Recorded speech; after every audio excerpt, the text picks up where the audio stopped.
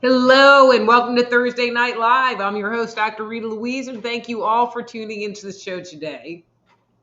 So tonight I'm bringing up a very new topic that I have not spoken on with this group, and it was based on a comment that Veronica, our very own Veronica, put in a post on Facebook, and I was like, that would be a great topic to bring up because it really does impact and influence our lives, and many times we don't even really know what's going on. And what I'm talking about are energy cords or communication cords. And so an energy cord is like a grounding cord, except it connects two people together. So a grounding cord is a line of energy that leaves the base of your spine at your first chakra and goes down deep into the center of the earth. And it's via this grounding cord that we're able to release unwanted and stagnant energy from our physical body. But it communicates, it transmits, it allows energy to move across it. A communication cord or an energy cord goes between two different people. And so that energy and information travel from one person to the other.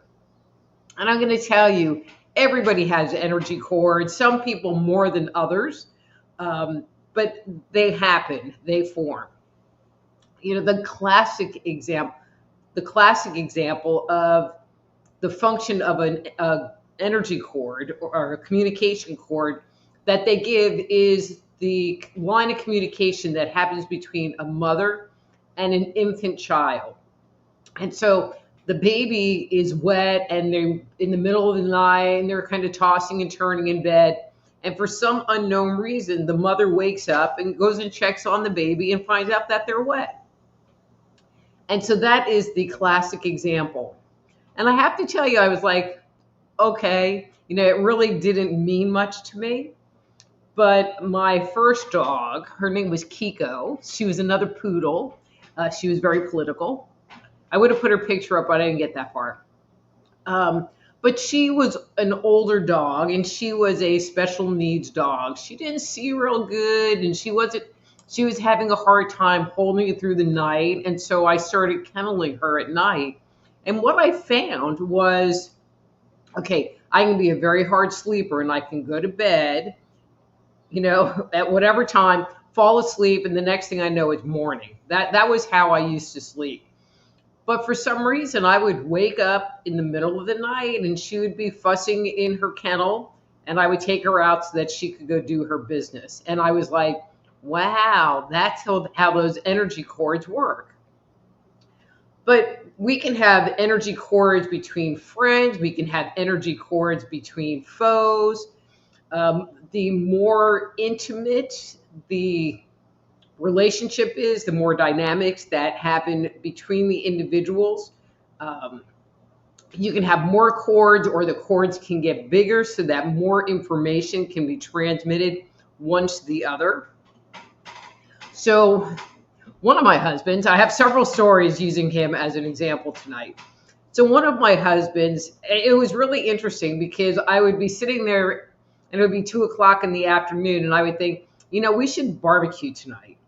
And he would come home and go, well, we should barbecue tonight. And so it would start this whole dialogue like, well, what time did you first start thinking about having barbecue? Because we were trying to figure out who was the person who had the thought first, and then who is the person that picked up the thought and kind of went with it, whatever. But what was interesting, taking the story to the next level, so that was a positive use of energy cords. When you have close relationships, it's like you feel like you can read each other's mind because you know what the answer is before they even say anything.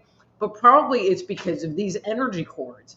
But when the relationship is good, when there's good vibes happening, they're great. But when things change, they can be a little bit more challenging. Same guy, we're getting divorced. And I, for some reason, start thinking about him, and I'm like, man, well, I won't even use the foul language that is wanting to come out of my mouth. But it would be really bad, and it would take me into this very negative state. And then one day I was like, duh, you're probably courted. And so I started this process of whenever he would come into my space of pulling cords. Because if there's communication between the two of you, the cords can be reestablished. Or if you're thinking about the other person, the cord can be reestablished. Um, a different story. I have worked with a number of clients who are ending a relationship. And so and you're in that weepy place and you need support. And so one of the things that I often will do is do a session where I pull the communication cords from them. And I always caveat the session with, you will hear from that person within 3 days, whether it's a phone call or a text, or they'll stop by or something, but within 3 days. And that has been confirmed multiple times, because now that that line of communication is gone, they feel that void, not on a conscious level, on a very subconscious level, on an energetic level. And they're looking to reconnect and reattach to you, even though you don't want them to. And so I suggest, if they reach out to you, don't respond. Just let it just sit and lie wherever it's going to be, because they're just trying to reconnect the communication cords. Okay.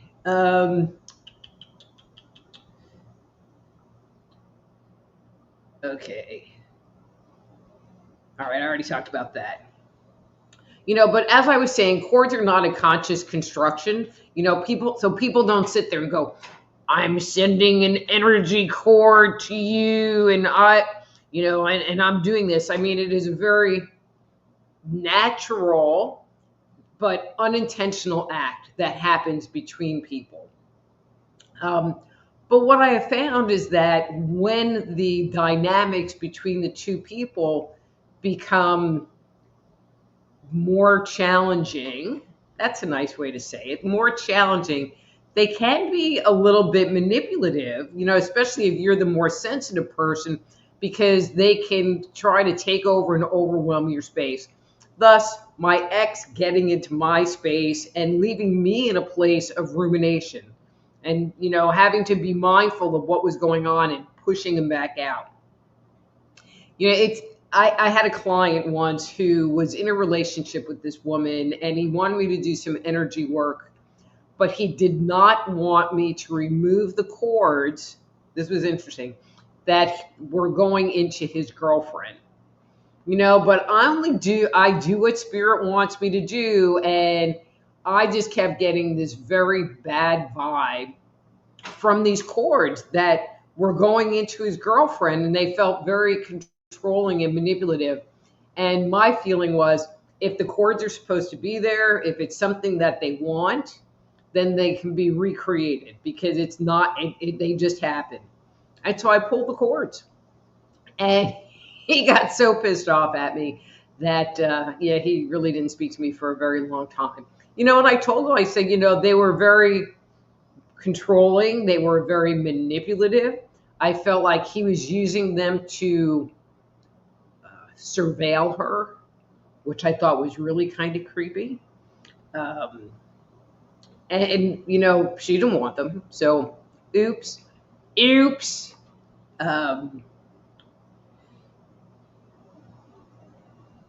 But one of the biggest things about cords is that they can be removed. Okay, and you can get them out of your body. Now, if you look online, there are a lot of people that advocate cutting cords, and they suggest to you to imagine that you have a pair of scissors in your hand and you find a cord, and I'm going to talk about this here in a second, and you take scissor and you cut the cord. I do not advocate cutting cords at all, at all, at all. Cutting is a violent act to me, because this is an energetic projection that is coming from them. So now you just severed it in a very hostile kind of way.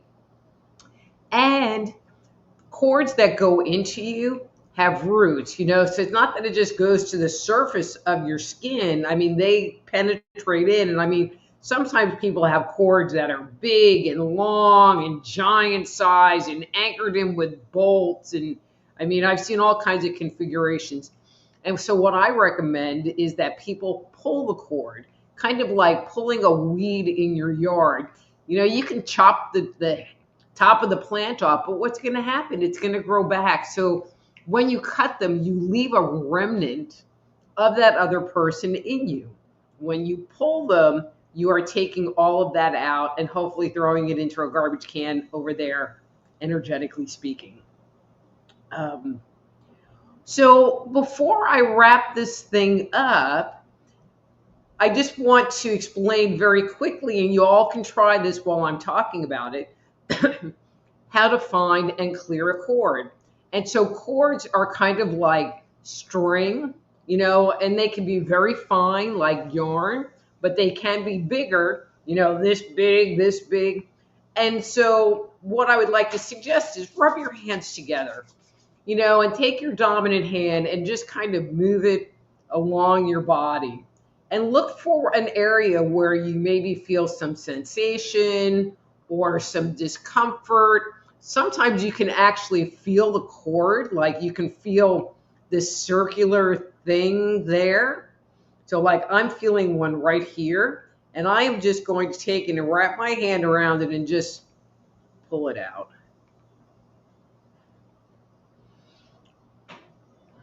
And sometimes, a lot of the times, you can actually feel the end of it pop out. We don't ever just have one cord. Again, sometimes you can have 3 or 4 cords. Sometimes the cords can go into your chakras. Sometimes they can go into parts of your body. If you felt like you've been stabbed in the back, usually that's an energy cord that's hit you, and so you might pay a little attention to that. I have seen people that have been so corded that, or in a very specific way, that it almost looks like they've had a crown of thorns. Like they feel like people are always picking their brain, and it's because they have all of these multiple lines of energy going into their head. That's a very interesting dynamic. And so I would love for you, if you feel like cords are impacting you, to play around with this exercise and try pulling them out and notice how you feel. Notice if you detect a shift in you. And if you're not detecting the shift, if you can identify, like, so let's say, all right, Veronica, I'm going to pick on you. So let's say I want to pull out all of the cords that are from Veronica into my space. And I just kind of tune in and I go, okay, well, all right, Veronica, no offense, but I'm feeling one right here. And so I'm just going to go and pull it out and let it go. Okay, so Veronica's hearing this, so this doesn't really count. But if you sit there and let's say you find 4 or 5 cords from this individual and you pull them out, and then you get a call from them later that day, the next day, unexpectedly, then you did a good job. Validate it, own it, that you cleared the cords and now they are trying to reconnect with you. And if you need help in having cords cleared, again, you can always reach out to me at soulhealer.com. That's soulhealer.com, and you can schedule a private consultation with me. And we can do some energy work and get you cord free. Like that.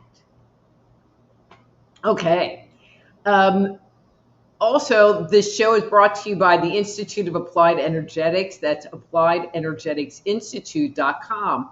That if learning how to pull cords or do intuitive work, being a medical intuitive counselor, or energy medicine practitioner, that is something that interests you, please check out my online training program at appliedenergeticsinstitute.com and download my free 50-page guide, Jumpstart Your Intuition, that has lots of exercises for you to use to start developing your own abilities today.